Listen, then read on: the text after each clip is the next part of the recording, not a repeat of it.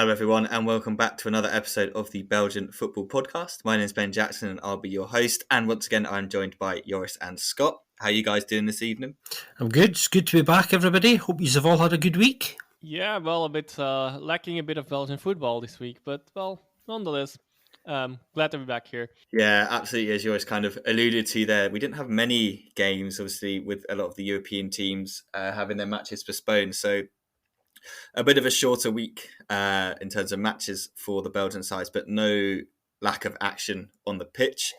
The first game we had was actually Saturday rather than Friday, and that's saw Westerlo lose 3-2 at home to Mechelen. That doesn't really tell the whole picture of that game. It's a bit of a crazy one.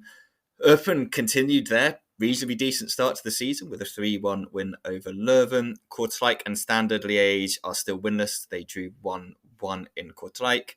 Sint-Truiden lost 2-0 at home to Cercle Bruges, and then Anderlecht kept up their winning ways with a 2-1 win over Charleroi. Let's start in Westerlo, where they hosted KV Mechelen. And yeah, pretty much the story of two halves and almost kind of 2 half an hours, I guess you could say, in this one. Westerlo took the lead. Lucas Lassing got his first goal one of his first home goal for the club with a lovely finish from the left-hand side as he cut in and found the far corner. A couple of minutes later, Frigan got his first goal for the side. Kind of had to juggle the ball a little bit as Stassin, instead of feeding the ball through to him, bounced off one of the Mechelen defenders. He had to kind of get the ball from behind him with a flick, then flick it on a little bit more to run onto it and then put it in the back of the net. Really, really nice finish from Frigan, and definitely kind of one of those things where you're like, yeah, that's a decent one, and that looks like a decent player. So it's all looking pretty bad for Mechelen at that point, and all looking pretty good for Westerlo to pick up their first win of the season. And it pretty much remained like that until the 74th minute.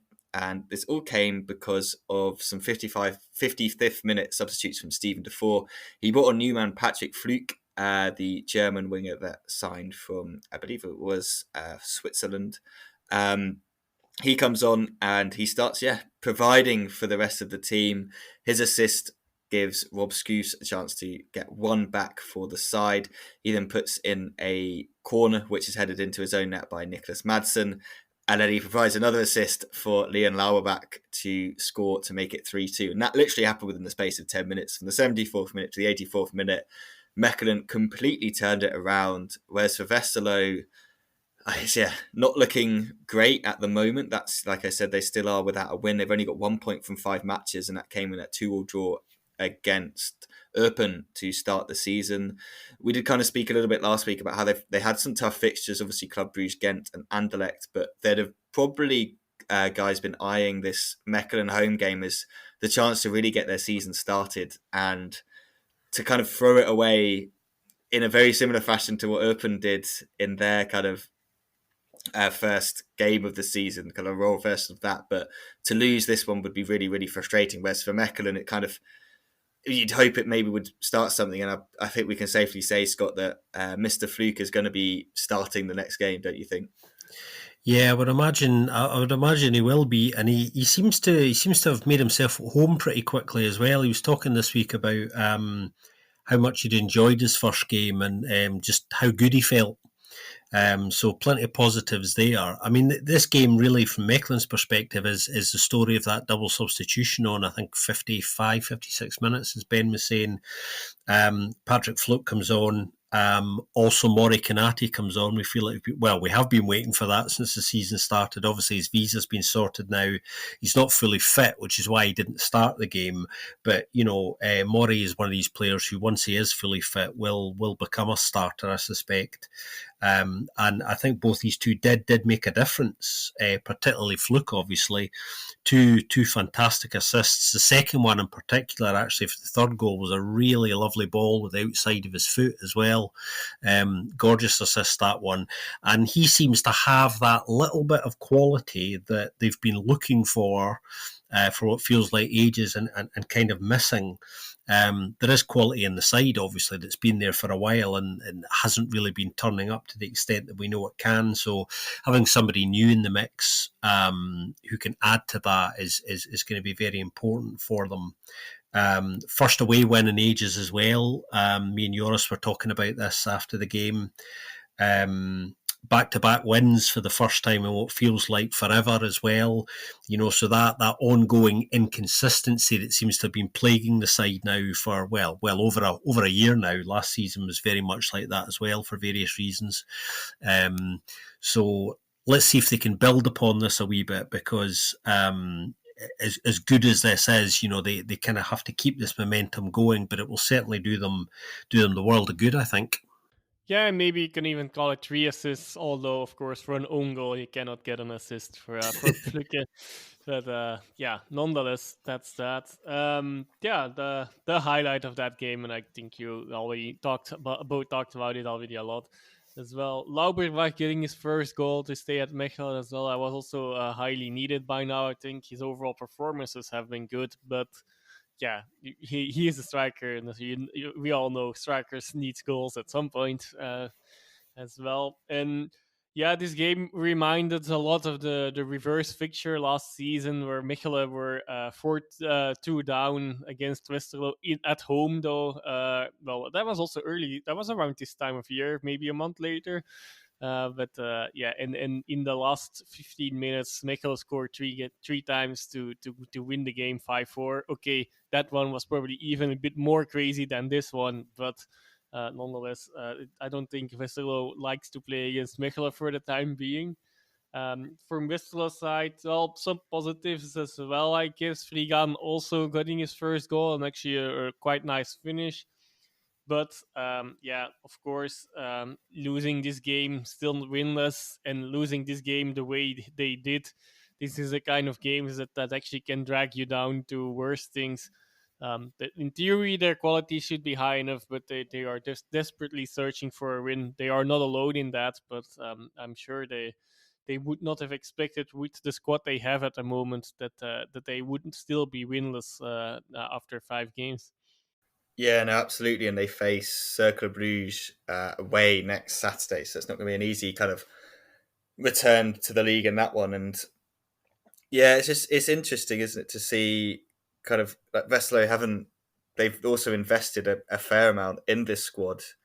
And they brought in a lot of those young players. They've obviously brought in Chadley as well. And he got an assist, even though I think Stassen did a lot of the work for that one. But I was kind of, I think we've all spoken about it, haven't we? Like, we were kind of concerned about them pre the window going into this season because of how many loan players there were, and they've kind of brought back the same squad. But it's interesting as well. I think the goalkeeper situation is maybe a little bit concerning, because clearly Bolat, like, they've lost kind of some confidence in him after some of his performances, and then Gillikins hasn't looked that great. He didn't look great in this game, I don't think, for a couple of the goals.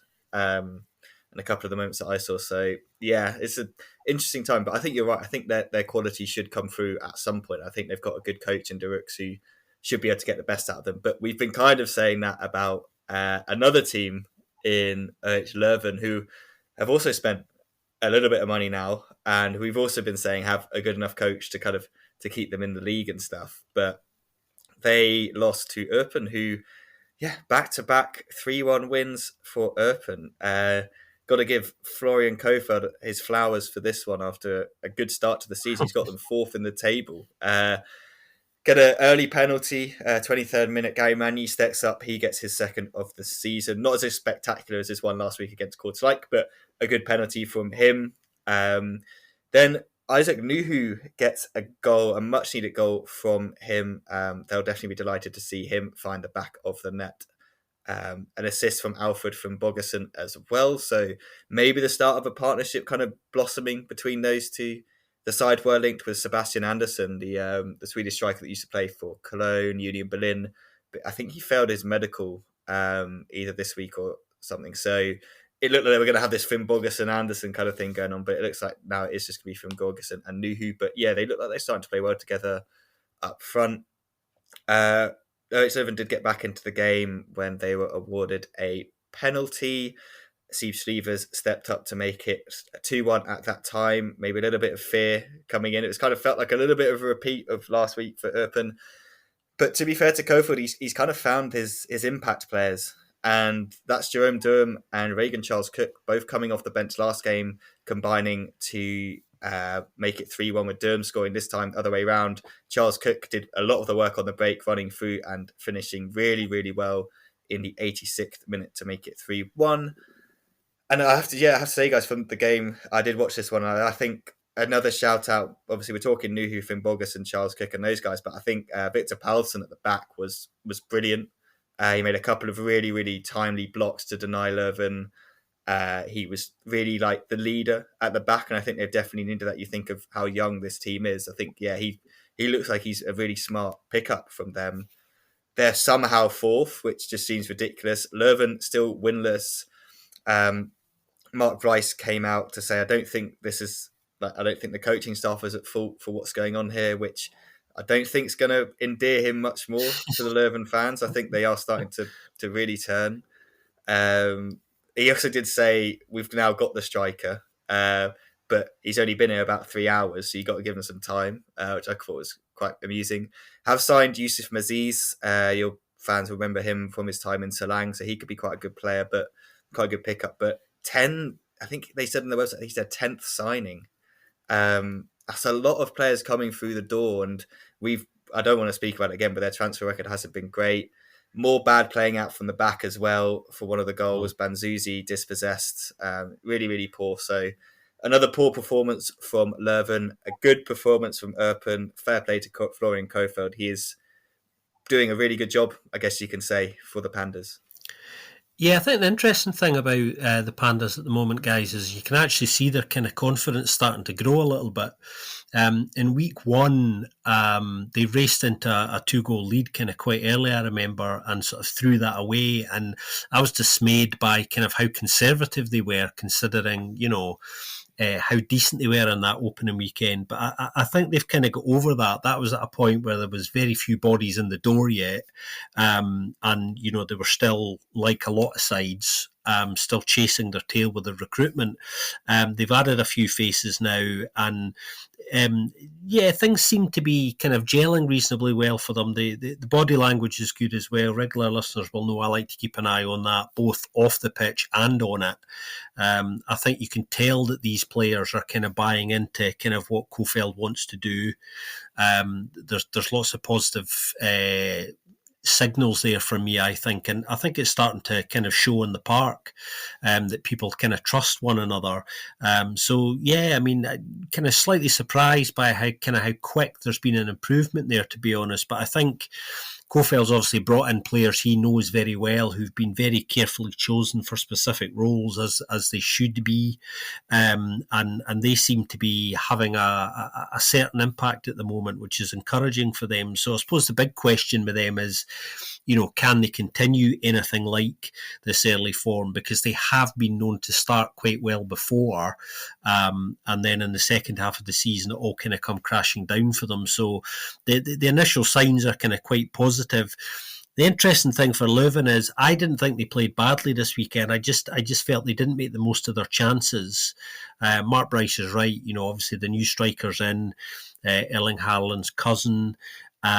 He does need to be given a little bit of time, but as Ben was saying, I'm not sure, it's a luxury he's really going to get. They need to start kind of picking up some points. They maybe deserved something this weekend on the balance of their play. They just didn't take opportunities that they had, and they're becoming a slightly easy side to roll over, I think. They have spells in games where they don't play too badly at all, but they're becoming, slight pushovers, I think, and that ought to worry Mark Bryce a little bit. I think he's hoping that, with some of the players that have come in, obviously Yusuf Maziz has just come in today, as Ben was saying. He's a good pickup for them because he's a very good player. He should hopefully be able to create something for them and supply. So that might turn their fortunes around, but they need to start picking up some points for their confidence. Defensively, they're still looking quite ropey. I think they're conceding a worrying amount of goals at the moment. A lot of them quite soft. They've already conceded 12. And the only side to have done worse than that is Kortrijk, having conceded 14 as well. So there's a lot of work to be done on redressing the balance. And a fair bit of pressure on some of those players now, I think. and on the discipline, because 5 out of these 12 goals came out of penalties against them. So, well, Yep. that's making it difficult for yourself, of course. And yeah, that's 5 penalties against in 5 games. That's, I think, a point Perez also mentioned as well. But not, regardless of that, like, indeed, you're talking about offensive and midfield, recruitments. But I do feel that defense is just not good enough at the moment, and doubt that they actually will be. Rika can be a good player, but as a central defender in the way that that Leuven plays, I'm not completely sure. Platings, he can be all right, but he also definitely needs some. Well, I'm not the biggest fan anyway, but he can be all right next to someone who actually can carry him. I guess he shouldn't really be the leader in the defense. Yeah, like that, both of them, the combination, it's a bit, yeah, just not good enough. I think that's actually worrying. So they definitely need to do is doing something on that front. They also don't really like to play against Eupen. The last 7 games, they lost 4 of them and drew 3 of the other 3. The last win was in 2015 already, so that's a long time ago. Of course, with some spells again in the lower league as well, but not that long. Still a fair amount of games. Um, yeah, so and then massively underperforming their expected goals as well. So yeah, definitely on both sides of the pitch, and in discipline, there are some worrying signs for them as well. Up on the other hand, yeah, they even, like Ben was saying, they're fourth in the league. They even were joined top of the league for one day. We'll get to that later. Who took over that spot? And they're already 8 points. Have already 8 points bonus before this last 4 spots already. So yeah, maybe they can even start looking higher up to the on in the ranking. Who knows? Maybe it's a bit early to call that, but after 5 games, it's starting to look really good for them regarding relegation already. Of course, whether they can really maintain this form is unlikely, and we'll have to see how much of the drop off it will be. But yeah, they already got themselves a nice buffer as in the last 2 seasons already, I believe, and well, in seasons before that as well. Yeah, yeah, and then so Kofeld doing a really good job so far with Eupen, and yeah, for them, everything is smooth sailing at the moment. Yeah, no, it definitely is for them. Leuven have a great chance to kind of get back into or get a win, I guess you could say, when they play Kortrijk on Friday evening. So that obviously will be a big one for them. And yeah, you're right about the defence, Joris. I saw a lot of Leuven fans are unhappy with Rika performance at the moment, Sam Platings, and then yeah, obviously the goalkeeper situation is just a bit odd there as well. Kojikai is just disappeared. I presume he's off. Maybe he's left already. I haven't actually checked on that situation, but obviously Prevot is the main man between the sticks, but he's not had the best start, I guess you can say. Let's move on from this one then.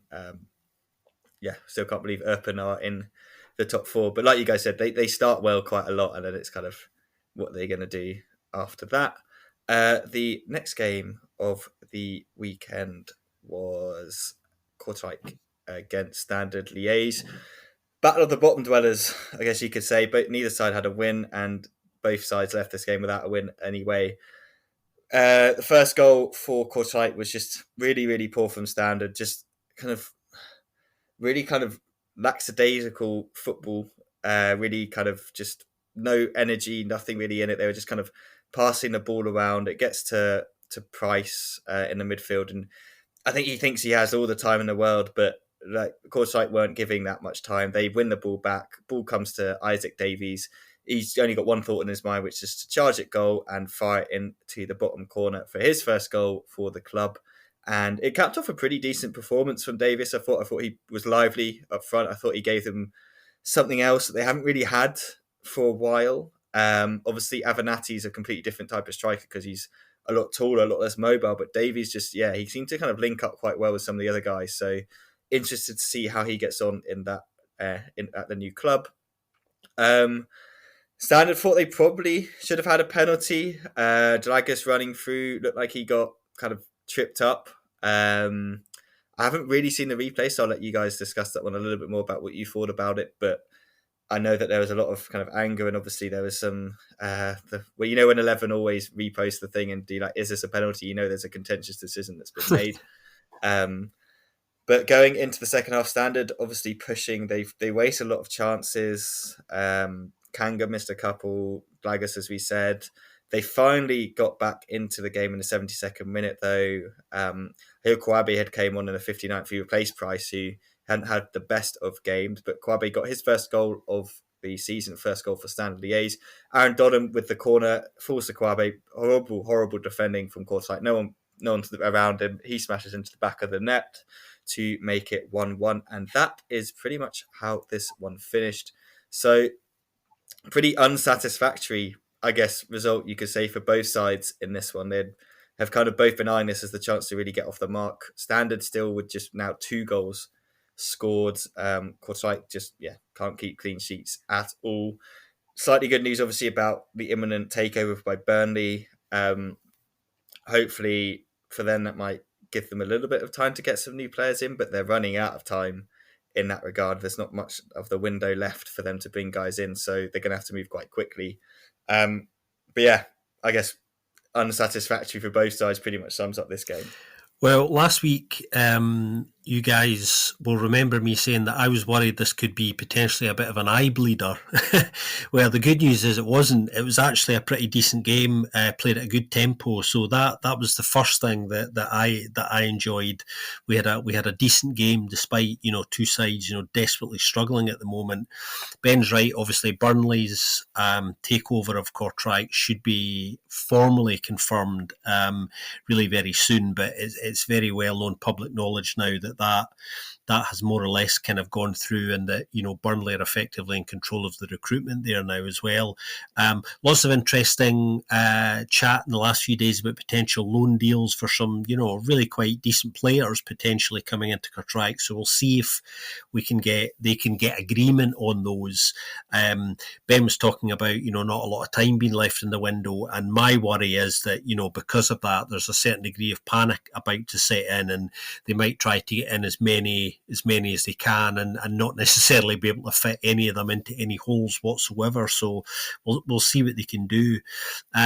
Standard, we know about their issues. Don't want to say too much because they're the same issues we've kind of been talking about, getting deja vu a little bit about it. I thought they got stuck in and fought for their point in the end.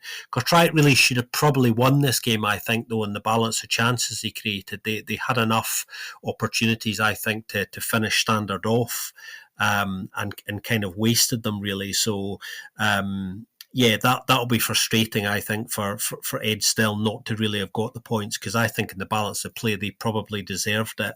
A point, Standard probably would have taken a point before the weekend. And the game, just because of the way things are going for them at the moment. They obviously have their own ownership situation with 777, who we've had an interesting listener's question about this week, which we'll get to shortly. They've got a situation where 777 obviously are trying to acquire Everton at the moment in the Premier League, and because of that they're having to freeze their assets, which means that effectively nobody can come in and out. They can't spend any money. Players have to leave before somebody can come in, and then they can't spend more than is coming in. So it's a real recruitment nightmare for them. And much like Kortrijk's worry about the window closing, it's the same for Standard.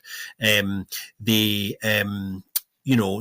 want to bring players in and improve that squad as much as possible before the window shuts. But of course, their hands are kind of partially tied by what's going on there. Also, they can't renew anybody's contract. That's another bizarre thing, because as soon as you do that in this situation with owners and assets being frozen, that changes the value of a player. So although they can bring players in, they're extremely limited to kind of what they can do. And as we were saying just last week, or Ben was highlighting, I think the Standard fans' anger and frustration is rising, not just for the performances on the pitch, but what they perceive to be a real sort of lack of support.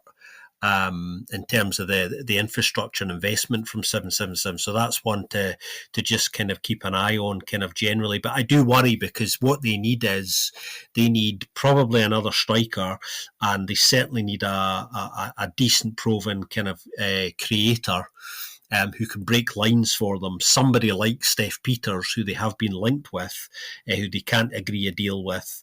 Although there's going to be a lot of pressure on anybody coming in to fill that role. So a lot of turbulence around for both of these clubs, really. Yep, and winless is indeed the theme of this game for both teams still. 12 games without a win for Standard, and well, they are at least quite consistent in conceding 1 goal per game. They have done that now 5 times in a row. They lost to 1-0 3 times and drew to the 2 times 1-1, if I'm not mistaken, or is it the other way around? But yeah, and for Kortrijk, it's 9 games without a win now. That getting their first point this season, which is in a way maybe getting off the mark. But yeah, there are not much with this at the moment. But it's probably some sign of relief. And yeah, with the typical moment for a side that will be struggling all season, around the 60 minutes mark, where Kadri had a rebound fall for an open goal mouth, but like he was just too much ahead to hit the ball, like well to be to have a controlled hit of the ball, and yeah, he missed that chance. That would have been the 2-0, but unfortunately for them, that did not happen, and you just knew that they would not win this game anymore after that. At least I felt it. And yeah, that's a sad news for them, but yeah, nonetheless, they got that point. It's at least something. More news on Kortrijk was, of course, last week. The news that Lars Montigny went away to RSA Futures. Yeah, a youngster without a contract, so they don't even get any money for him as well. Yeah, that situation there, they definitely as a club did not handle well, and yeah, that's in when the resources are already a bit limited, both financially and in the squads, in personnel. Yeah, that adds insult to injury, I suppose. But yeah, we'll see how they will fare without him. And there are some rumors how it will go if Bernie takes them over, and if that will be in time to bring some players in still. That they definitely do need as well. Well, but that goes for both teams that were, yeah, part of this game. Yeah, definitely worrying times for both of those sides. And I mean, yeah, Kortrijk, obviously, like we said, they face Leuven on Friday, so they'll be looking at that one as a chance to kind of get off the mark as well. Standard host Molenbeek, and I think Molenbeek have sold out their away allocation for that one. So it'll be interesting to see how they get on there. But I feel like a negative result on Saturday evening in Liège could start to get a little bit ugly if things don't go their way. And all that's happening around 777, which, I mean, we may as well bring in that question now while we're talking about Standard, won't we? It comes from Pierre Lerouche, who asked, what do we think about 777 partners? Not great things at the moment. I think we had that stat about how like none of their teams have done well basically since the start of the season. I did an article for Get Football on it, so you can check that out if you're interested in kind of looking around all the different sides that they own. So good luck, Everton fans, because it's not been going well for anyone else. I think kind of not that it can go much worse than Everton is going at the moment either. But okay. Yeah, but I think for their fans as well, they're kind of they're maybe in a similar-ish situation to Standard in that they're like hoping that someone will come in and like turn things around, and that obviously hasn't happened at Standard, and I don't know if it's going to happen at Everton. Genoa obviously went down and they've come back up. Hertha Berlin have had a terrible start to the season. I think they did finally win at the weekend though, if I remember rightly. Perviac got off the mark as well. Sevilla hadn't started that well. Their side in Brazil, Vasco da Gama, are in kind of near the bottom. But then I looked at that league and Santos are also near the bottom. So yeah, it's been clearly an interesting time for that side as well. But I don't really understand. Like, I think from just kind of chatting a load of nonsense at the moment, they have kind of this idea of self-sustainability, which I don't think is the worst thing in football, as a kind of like an idea and as a model. But I think their kind of recruitment hasn't looked great at Standard, and it's been kind of, they've obviously lost Dyler, which was a massive kind of part of what was going on there, and what was going well there was Dyler, and that was like the biggest red flag, I think, to the fans and any kind of onlookers as to what was going to be happening this season. So I don't think the recruitment's been great. I mean, Osher Davida, who they brought in last summer, he's got going back to Israel apparently as well. So it's kind of like that some of them just haven't worked out at all. But I don't know. Do you guys think that the squad on paper is better than how they're performing now? Like, how much can we blame the current situation on 777? How much is like the players, and then how much is kind of coaching? All three are below par, I think, in there. Yeah, I would say that they are at the moment more or less in the region, at least where you would place them. Yeah, it's difficult. I mean, I think, the Dyler situation, to come back to that, is quite illuminating here, I think, because what that tells us is that, a good coach can, stretch more out of average players, to be blunt about it sometimes, or players who are lucky enough to be playing at that level at that stage of their career. And I think Ronnie Dyler's argument in leaving, not to go into this in too much detail, because we know a lot already, was more about, look, I've done quite a good job here with very little support. Give me a little bit some more support, and I'll be able to do even more, which actually is a pretty reasonable argument when you look at, where they finished last season, for example. He did very well, all things considered. Take him out of the picture, and the operational situation is exactly the same. Not any real investment going on there. I understand the wanting to balance the books and to get players on large wages out. Those kind of economic operational things are really important longer term. So Pierre Locht is completely right when he came out the other week to kind of highlight these things, because they are incredibly important and probably the biggest aspect of his day-to-day job.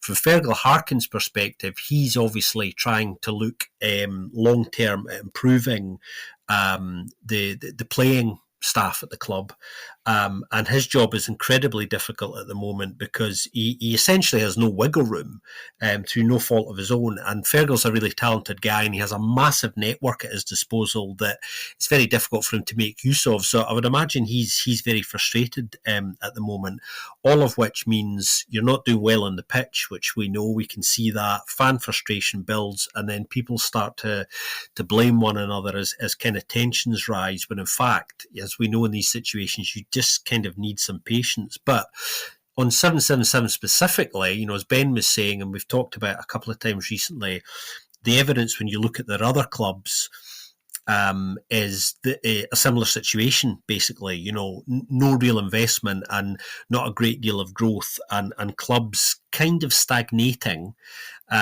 So yeah, it's not a great report card on 777, I don't think, from the BFP's perspective. And I do think there is a point where the Standard fans, because they're incredibly passionate, amongst the most passionate in Belgium, that I think their patience will run out unless things start to turn for the club in a way that calms supporters down a little bit, because I think they ultimately need to see some evidence of some progress. And although some has been made financially on getting key wage bills down, and some of the financials are certainly a bit more secure, there's no evidence at the moment that the club are able to build in the way that the fans want to see, and that's how long are they going to get before, as Ben says, it kind of gets ugly, because they're playing a pretty dangerous game at the moment, really. Yeah, and they're not really the fan base that you want to be playing dangerous games with, because they're not afraid to speak their mind, that's for sure. Sunday afternoon, Bruges travelled to the Dire Wasabi Stein to face St. Truden. Both sides ended this game with 20 plus shots. Circle ended with an XG of 3.96, but only 37% possession. So they were happy for St. Truden to have the ball. St. Truden, obviously, without that kind of goal-scoring striker, again, really did struggle to find the back of the net. Thankfully for Circle, they had one that was trying his hardest to find the back of the net in Kevin Denke. Can't say he wasn't giving it all. 12 shots he had in this game. They brought that number up and I was like, that's ridiculous. A ridiculous amount of shots for a striker to have, and only have one goal to kind of show for it. But it wasn't him who opened the scoring for Cercle. It was Thibaut Sommers in the second half. Really, really nice pass from Yangabor. Kind of Denke's run actually across opened up the space for Sommers. He had lots of time. He found the back of the net to make it 1-0 in the 63rd.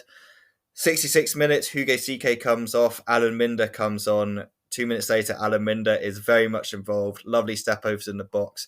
Absolutely drives past, I think it was it Van Helden? Or maybe it was Bruno Godot, one of those guys. He just flew past him. Looks like his shot is going in, but Kevin Denke's like, I've had all the chances, I want one.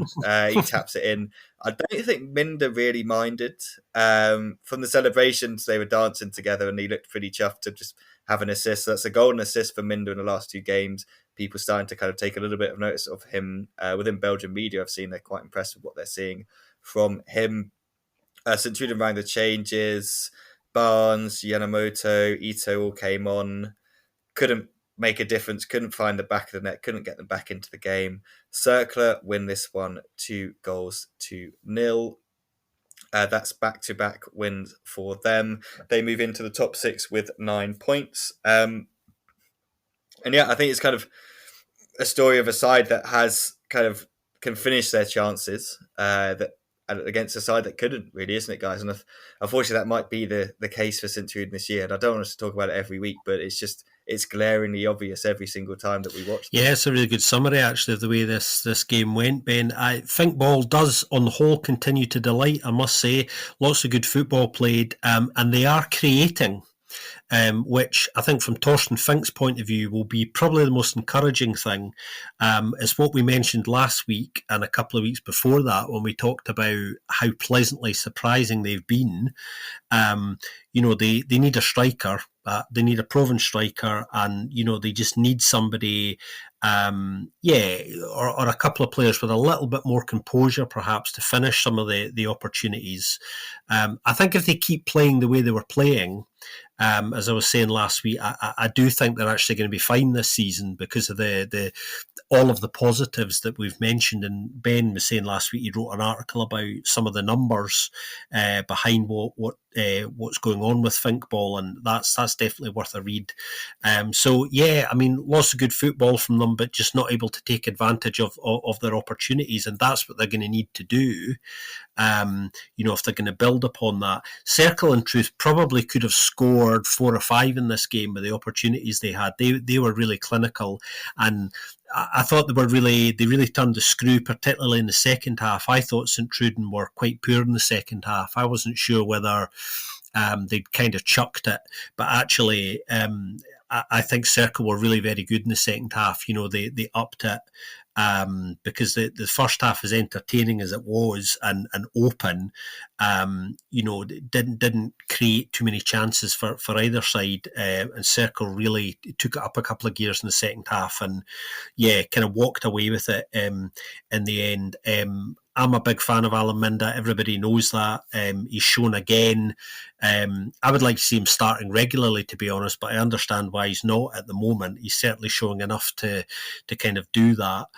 Cercle have brought in Kazim Ologby today, Ologby. I'm not quite sure the correct pronunciation there. Like Ben, I've just gone and murdered something.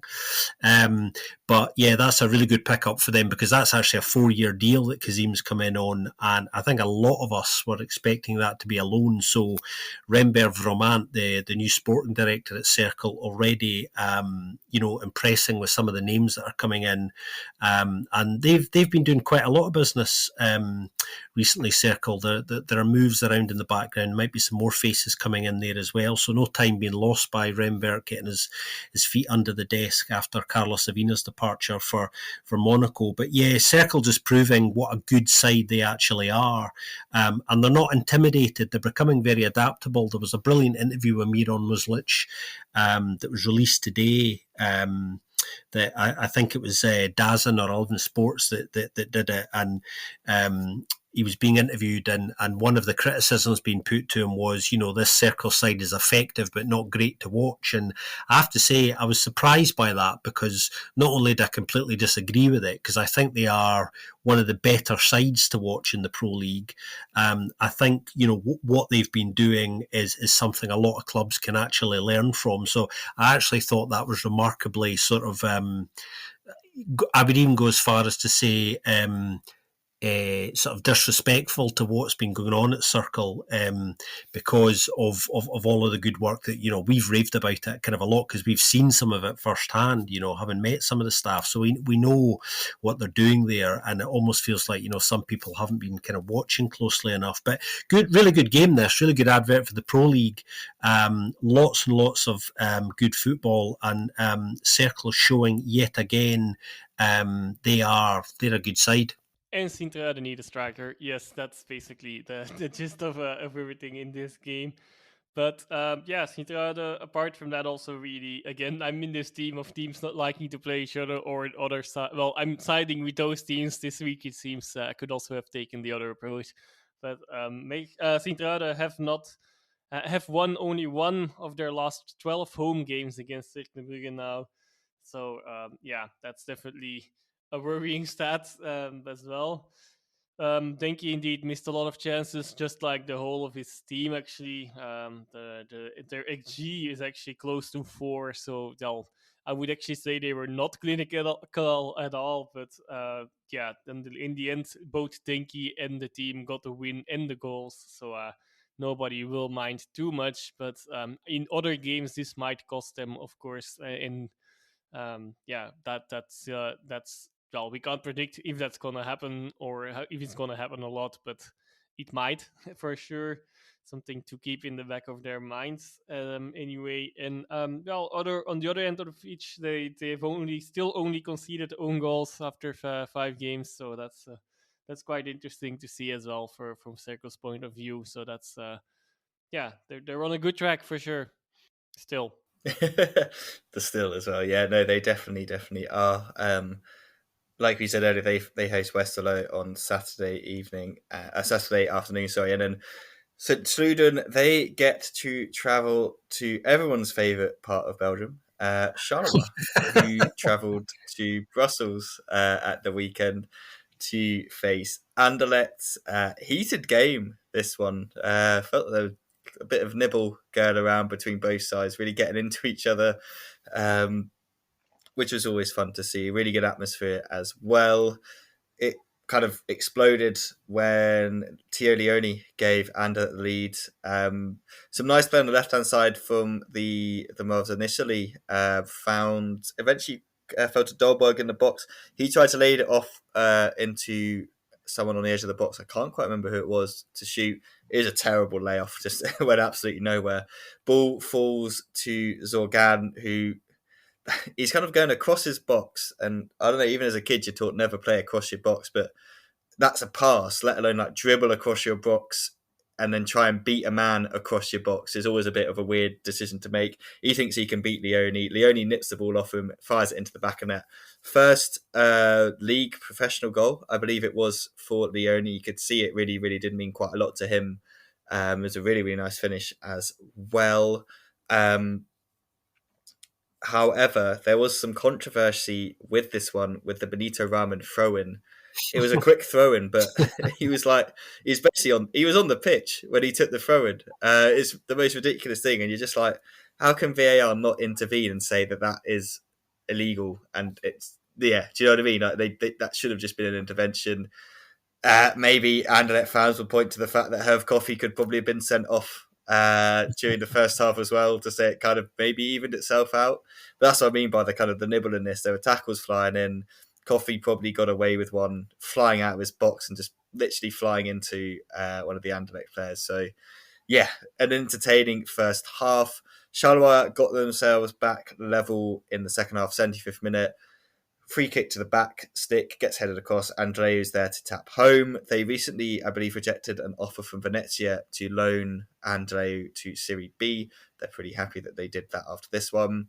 However, the parity lasted for just 2 minutes. Anderlecht on the break down the other end. Finds the ball on the right-hand side. Kylian Sardella whips it in. Amuzu heads it into the back of the net. And it finishes 2-1 to Anderlecht. And as Joris said earlier, we had a new leader, and that is Anderlecht. That's 4 wins on the bounce for them. They are top of the league. For Charleroi, they are one of the 5 sides without a win. They also the second lowest scorers with just 3 goals. Guys, I'm going to chuck in another listener question in here. This comes from Ben. Not me. there are other Bens out there. But I guess I'm reading it out anyway, so that it kind of fits. Ben asked, does this weekend performance versus Anderlecht indicate a meaningful step forward for Charleroi? It seemed to me that they had 2 or 3 great chances to snag at least a point, but they just couldn't finish. Yes, I thought they were pretty decent this weekend, actually, on the whole. So in that sense, there has been an improvement. I thought they might feel a little bit unlucky not to have got something out of this game.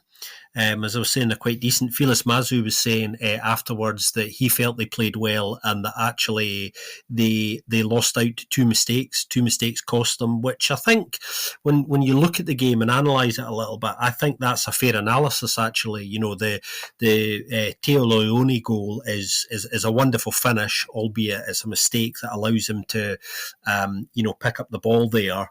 And the winner, Amuzu's header, they get caught really badly on a transition. It's just a wonderful transition goal, which Brian Reimer really enjoyed. But yeah, specifically in relation to the question, I thought Charleroi were pretty decent this week. So they have lots of reasons to kind of, feel a little bit better about themselves. And a bit like Westerlo, although they've certainly had a sticky start, I would expect them to improve.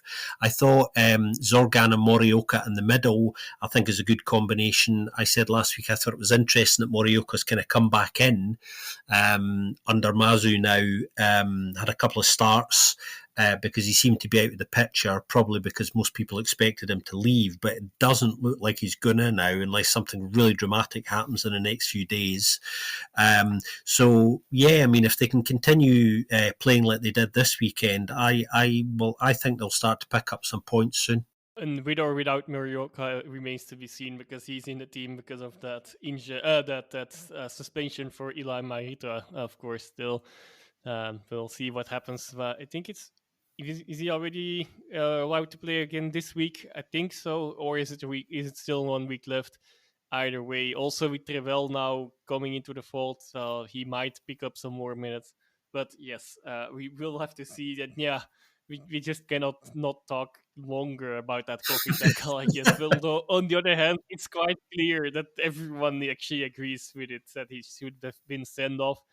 On the other hand, Diawara then 2 minutes later, also came with a tackle which probably would have gotten a red if Coffee would also have been sent off. I guess there were indeed some tackles flying around there, Charleroi still winless indeed. They're lacking something at the moment still, despite playing quite well the last few weeks. They didn't have the easiest of schedules, of course, either. Yeah, and like Ben said, Anderlecht 4 wins in a row now and top of the league. First time for the 4 wins in a row since the end of 2021. So November, December, they had a streak in that year. And the other talking point is indeed the throw-in. Where it actually is also quite clear, I guess. So it's more a bit of a refereeing or VARing disaster in this game, but all in all, we'll have to see how this plays out. I think a draw would have been a relatively fair result here. In the end, it's Anderlecht that run away with it through a nice header of Amuzu, of all people. Who would have expected that? Also, the question on is there still will he still leave in the last days of the transfer window, at least for the most countries where he would be allowed, or where we would be eyeing to move to inside Belgium. Of course, there would still be options for another additional week almost. But I don't think that his next destination, if there will be inside Belgium.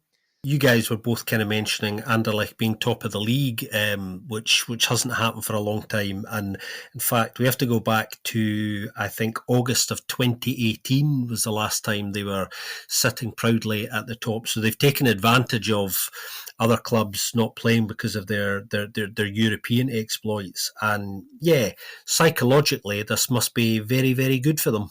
Yep, and on the other hand, I guess the litmus tests are coming now. They already have, no.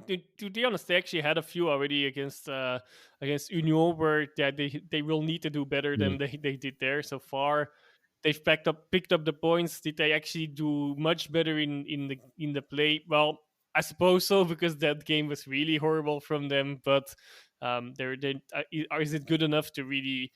To be able to dream of even more. That will be something that they will find out with the next upcoming games. They play Genk this weekend, and there's a few other top games coming for them.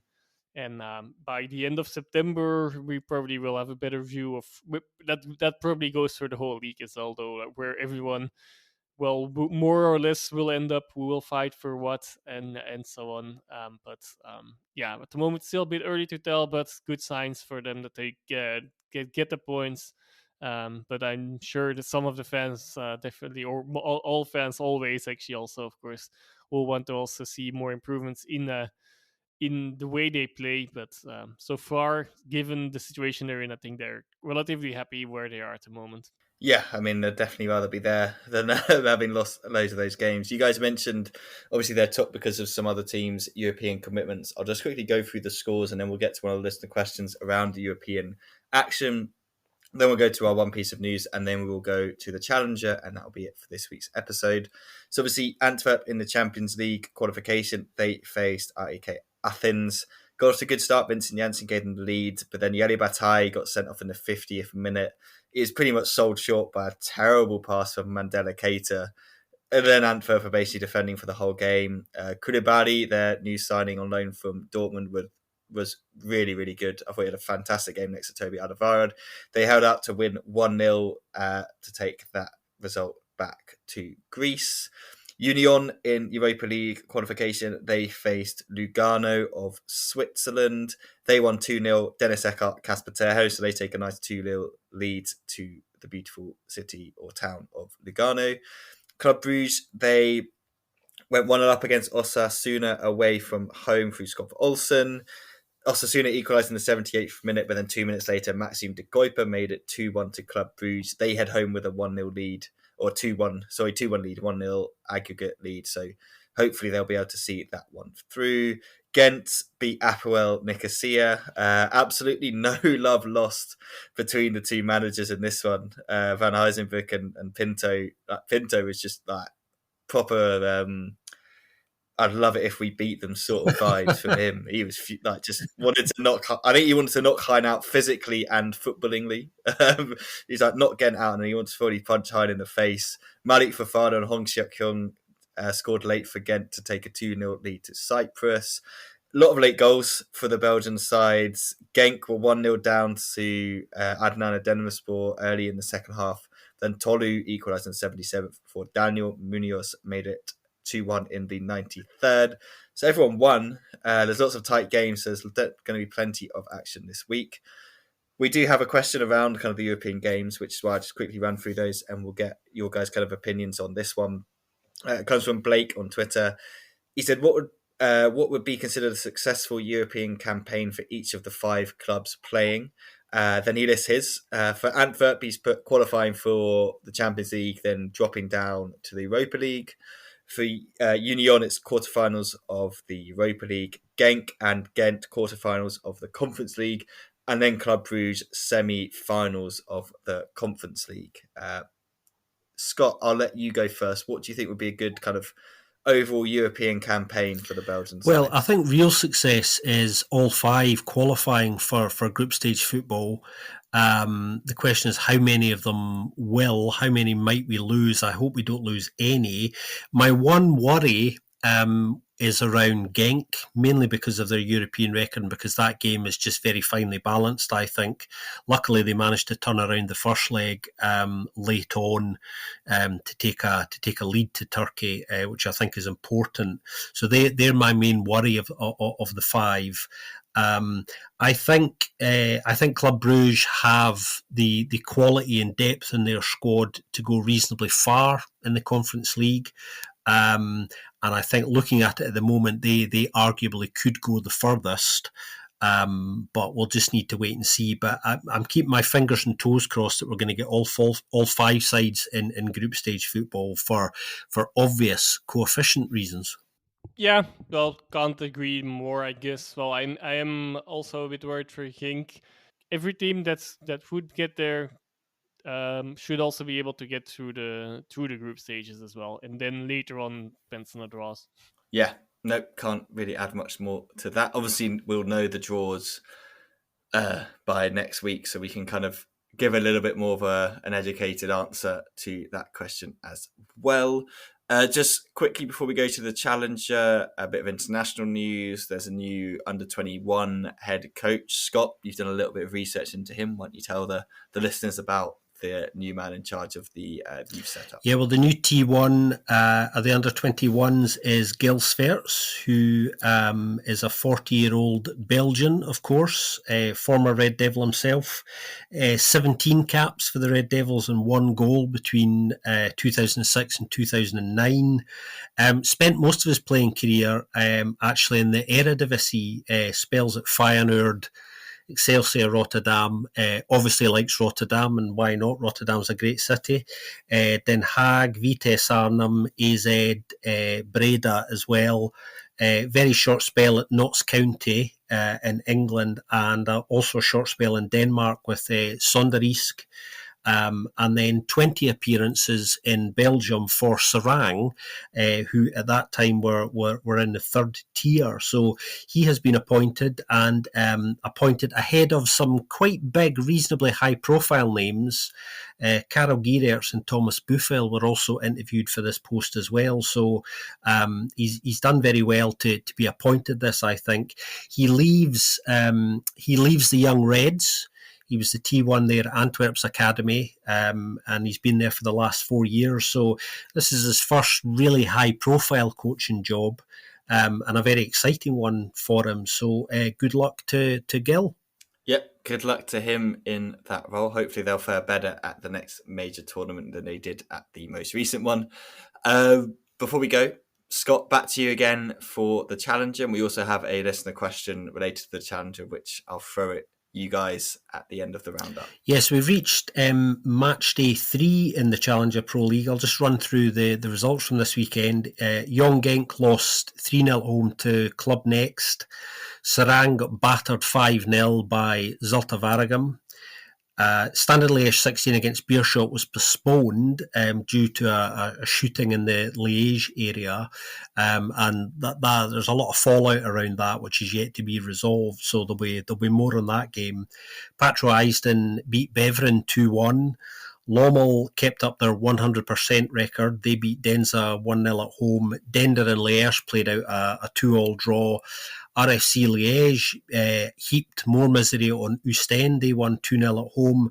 And Frank-Baron beat Anderlecht Futures 1-0. So in terms of the bigger picture, as always, Lommel, as I was saying, maintain their 100% record. They stay top, 3 wins out of 3.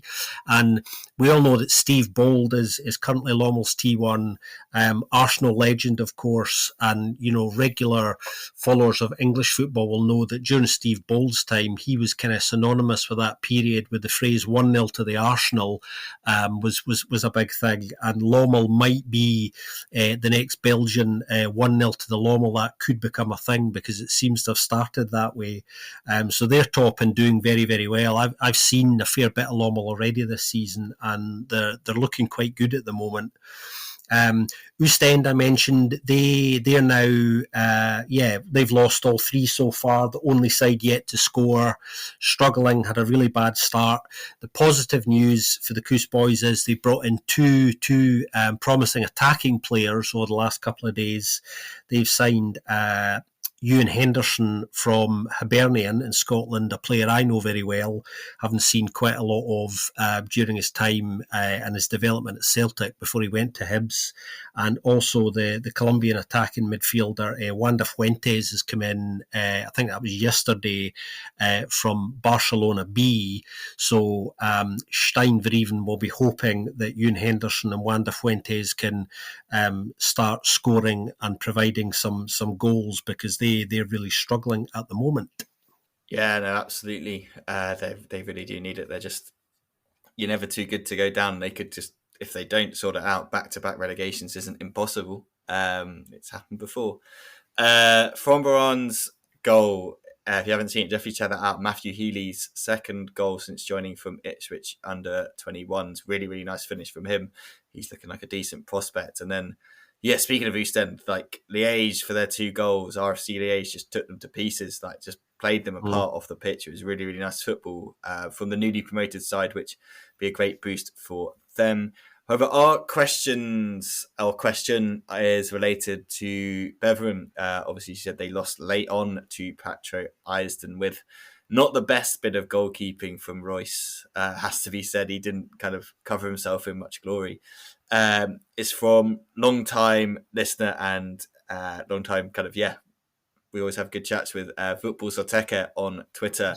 He says, or they say, explain why Beveren went from promotion candidate to relegation candidate in one summertime. Then they call out our good friend, another good friend of ours, Antoine. Maybe you can invite Antoine because he won't answer us, which was followed up by @BeverenBoy. Yes, please invite Antoine since he's a friend of the show. We here see nothing, some taking responsibility when things don't go as planned and stuff like that. I mean, the Beveren one, Scott, like, what do you think is the issue for them at the moment? I mean, I know they obviously lost a lot of key players, and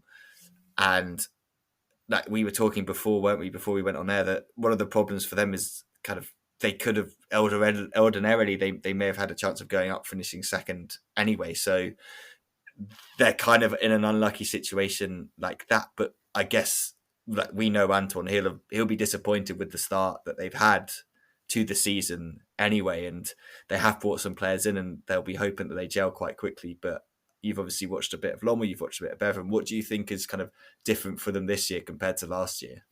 Well, first of all, can I say what a fabulously confrontational question that is? I love it.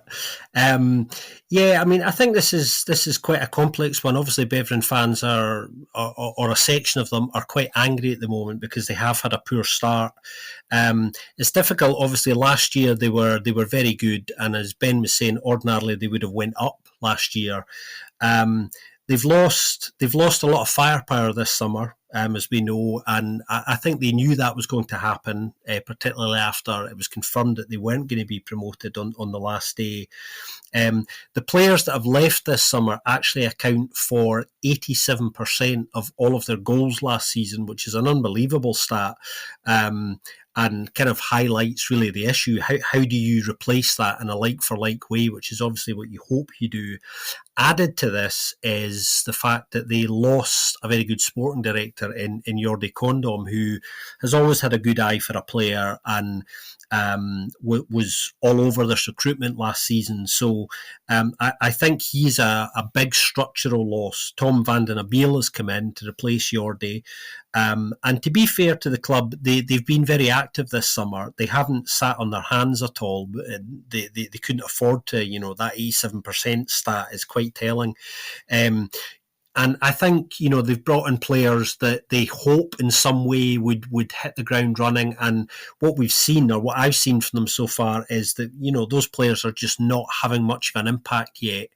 And it's difficult because, when you've had quite a good season like they did last year, they've lost some real fan favourites, some really good players actually. And it's a lot to ask for recruitment to replace like for like. Not many sides have been able to do that and maintain the same levels of output and consistency.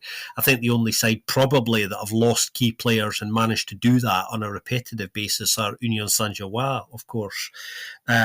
So this is a difficult one. So I understand the fans' anger. I think they have to be a little bit patient because although the start has been very poor, I think you need time to adjust. I think the silence from the management of the club is probably more to do with the fact that I'm sure they're beavering away and looking at data and consulting with one another. I think the pressure on Wim de Dekker has certainly gone up as a result of this because obviously, all eyes are on him ultimately.